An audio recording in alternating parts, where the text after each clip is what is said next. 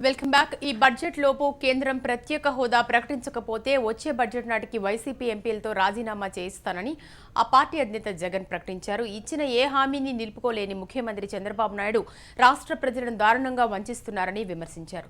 మొదట్లో 15 ఏళ్లు ప్రత్యేక హోదా అడిగిన చంద్రబాబు ఇప్పుడేమో హోదా ప్రయోజనాలపై తప్పుడు ప్రచారం చేస్తున్నారని మండిపడ్డారు.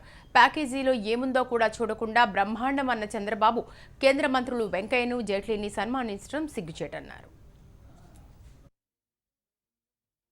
ఈ ప్రత్యేక హోదా విషయంగా పోరాటం ఇంకా కొనసాగించే కార్యక్రమంలో భాగంగా ఒత్తిడి ఇంకా పెంచే విషయంలో భాగంగా యువబేరీల నుంచి, ధర్నాల నుంచి, బంధుల నుంచి, నిరాహార దీక్షల నుంచి ఇంకా పై స్థాయిలోకి కూడా తీసుకొని పోతాం.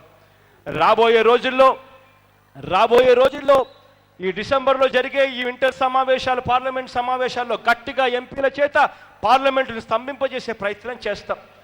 అదెక్కటే కాకుండా ఆ తర్వాత జరిగే బడ్జెట్ సమావేశాల్లో కూడా మన గొంతును వినిపించే కార్యక్రమం చేస్తాం. పార్లమెంటును స్తంభింపజేసే విషయంలో ఎంపీలు ముందుండి స్తంభింపజేసే కార్యక్రమం చేస్తారు. ఇవన్నీ చేసినా కూడా వాళ్ళు వినకపోతే బడ్జెట్ సమావేశాలు అయిపోయిన తర్వాత మళ్ళీ వచ్చే సమావేశాలకు ఎంపీల చేత రాజీనామా చేయించే కార్యక్రమం కూడా జరుగుతుందని మాత్రం గట్టిగా చెప్తా ఉన్నా.